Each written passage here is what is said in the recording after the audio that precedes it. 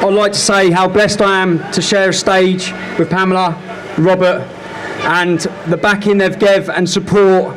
There's been a media campaign against us. We're slandered, we're smeared, and they've seen through it and supported us from day one. So I'd just like to say a big thank you to start off.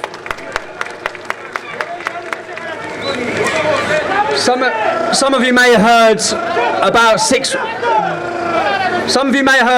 weeks ago, there was a car stopped in England. It had an IED, it had shotguns, and they had machetes. They were travelling to our demonstration to attack, murder, and kill us. This is what this is like Baghdad. This is in Britain. They disagree, so they want to murder, kill, and maim. Now, England, from day one, I've had 3 official Osman warnings. Okay, they want to murder me, they want to kill me. I want to take this platform and this moment to send a message to every Islamist that watches this video. These colours don't run, they don't hide. They never have, they never will. We will not submit, we will not be silenced. And the difference between... I don't want to big the English up too much, but the difference between the English race and any other race is we are second to none.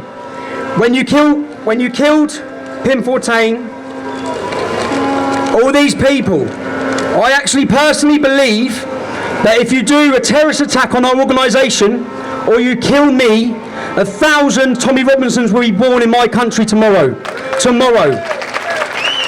And it will be a single moment like this that will change the direction of our nation. Defining moments in history change the direction of a country, as we saw with Bloody Sunday in Northern Ireland. It will be a moment like this. So any Islamists planning it or thinking about it, you will personally be responsible for the end of your backward cult in our homeland.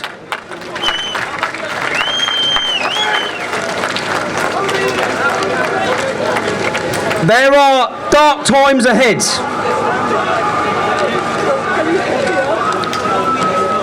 At a moment like this, we don't need Neville Chamberlains, we need Winston Churchill. We need leaders, not appeasers. We need brave people. Fear is paralysing, and fear has paralysed our political elite, our leaders. They are petrified of the so-called religion of peace. Winston Churchill on Islam in 1899. I will quote, if we had Winston Churchill leading our country now, he will lead us out of the dark times. How dreadful are the curses which Mohammedanism lays besides the fanatical frenzy which is as dangerous in a man as rabies in a dog. There is this fearful fatalistic apathy. The effects are apparent in many countries. Improvident habits, slovenly systems of agriculture, sluggish methods, insecurity of property exists wherever the followers of the Prophet rule or live. The fact that Mohammedan law, every woman must belong to some man as his absolute property, either as a child, a wife, and must be a great power among men. Individual Muslims may show splendid qualities, but the influence of their religion paralyses the social development of those who follow it. Now, he established this 100 years ago. Islam has not changed, it has not evolved. It's been going on for 1,400 years.